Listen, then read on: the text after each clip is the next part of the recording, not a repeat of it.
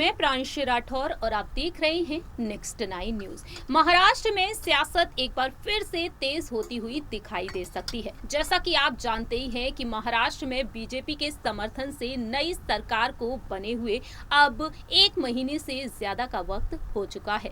अपनी सत्ता को गवा चुके हैं शिवसेना के प्रमुख उद्धव ठाकरे और एक बार फिर से बागी विधायकों को अपने खेमे में वापस लाने की कोशिशें वह करते हुए दिखाई दे रहे हैं। दूसरी ही तरफ मुख्यमंत्री एकनाथ शिंदे और डिप्टी सीएम देवेंद्र फडणवीस के साथ नाराजगी देखने को मिल रही है शिंदे गुट के ही विधायकों की। दरअसल जब मंत्रिमंडल का विस्तार किया गया 9 अगस्त के दिन, उस मंत्रिमंडल के विस्तार में कई नेताओं को जगह दी गई। तकरीबन 18 मंत्रियों ने शपथ ग्रहण की थी।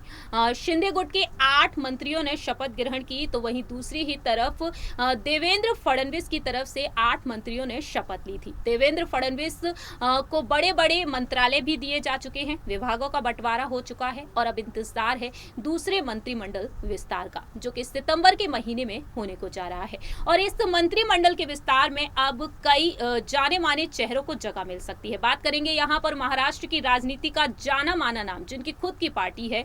जी हाँ, हम बात कर रहे हैं प्रहार जनशक्ति पार्टी के बारे में। हम बात कर रहे हैं यहाँ पर ओम प्रकाश बाबाराव कडू के बारे में और बच्चू कडू के बारे में, जो काफी ज्यादा सुर्खियों में बने रहते हैं। ऐसे में देखा जाए बच्चू कडू जो हमेशा ही बीजेपी के समर्थन में रहते हैं, बीजेपी के समर्थन में उन्होंने बात कही कि एकनाथ शिंदे मुख्यमंत्री रहे या ना रहे, लेकिन बीजेपी की सरकार महाराष्ट्र में बनी रहेगी। इस तरीके के वह दावे करते हुए नजर आए हैं। मालूम हो कि बच्चू कडू किस तरीके से महाराष्ट्र की राजनीति में काम करते चले आ रहे हैं और कहीं ना कहीं अब आशंकाएं ये जताई जा रही हैं कि बीजेपी के लिए उन्होंने शिंदे गुट में शामिल होकर एक अलग मिसाल दी है। आपको याद दिला दें कि देवेंद्र फडणवीस ने एक बात कही थी बीते कुछ दिनों पहले कि शिंदे गुट में विधायकों की कम संख्या को देखते हुए हमने उनकी मदद की। तो कहीं ना कहीं देखा जाए तो यहाँ पर बच्चू कडू इस शिंदे गुट में शामिल हो गए विधायक हैं और ऐसे में देखा जाए तो अब उनको कोई बड़ी जिम्मेदारी,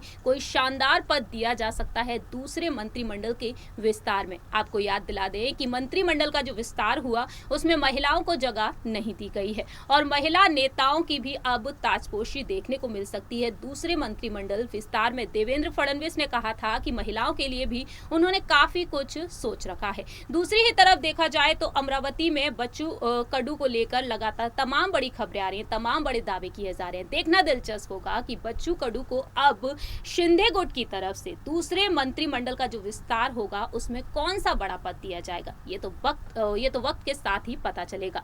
बीजेपी और शिंदे गुट लगातार तमाम विचार विमर्श कर रहे हैं। सुप्रीम कोर्ट का फैसला आना बाकी है कि शिवसेना का चुनाव चिन्ह आखिरकार किसका है। असली शिवसेना और नकली शिवसेना को लेकर इस वक्त काफी ज्यादा गहमा गहमी देखने को मिल रही है। 29 अगस्त के दिन सुप्रीम कोर्ट इस मामले में सुनवाई भी करने वाली है। 16 विधायकों के अयोग्य ठहराने मामले को लेकर इस वक्त महाराष्ट्र में काफी ज्यादा सियासत देखने को मिल रही है। फिलहाल देखा जाए इंतजार है सितंबर के महीने का दूसरे मंत्रिमंडल के गठन का। इस रिपोर्ट में इतना ही। बाकी की तमाम अपडेट्स के लिए आप देखते रहिए नेक्स्ट 9 न्यूज।